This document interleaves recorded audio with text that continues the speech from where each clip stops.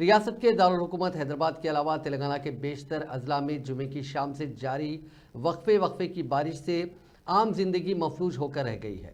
کئی مقامات پر موسلادھار بارش کا سلسلہ جاری ہے۔ پڑوسی ریاستوں مہاراشٹر اور کرناٹکا میں جاری شدید بارش کی وجہ سے تلنگانہ کے کئی آبپاشی پروجیکٹس میں خاطر خواہ پانی جمع ہو گیا ہے اور کئی پروجیکٹس میں ہزاروں کیوزکس پانی داخل ہو رہا ہے، جس کے پیش نظر محکمہ آبپاشی کے عہدیداروں نے ریاست کے بیشتر آبپاشی پروجیکٹس کے دروازے کھول کر پانی خارج کیا ہے۔ پڑوسی ریاست کرناٹکا کا نارائن پور ڈیم لبریز ہونے کی وجہ سے پانی نچلے علاقوں میں چھوڑا جا رہا ہے۔ اس کی وجہ سے ضلع محبوب نگر کے جورالا پروجیکٹ کی سطح آب میں زبردست اضافہ ہو گیا۔ حکام اس پروجیکٹ کے 22 دروازے کھولتے ہوئے پانی خارج کر رہے ہیں، جبکہ ضلع نرمل کے نارائن ریڈی پروجیکٹ کے 3 دروازے کھولتے ہوئے پانی خارج کیا جا رہا ہے۔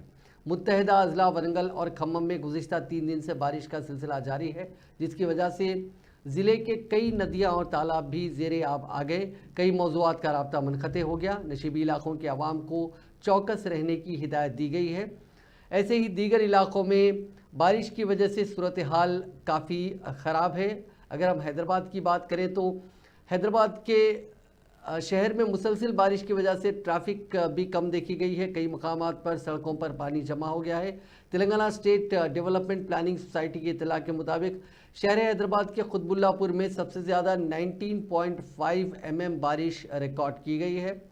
وہیں محکمہ موسمیات نے ریاست کے کئی اضلاع میں ریڈ الرٹ اور یلو الرٹ جاری کیا ہے۔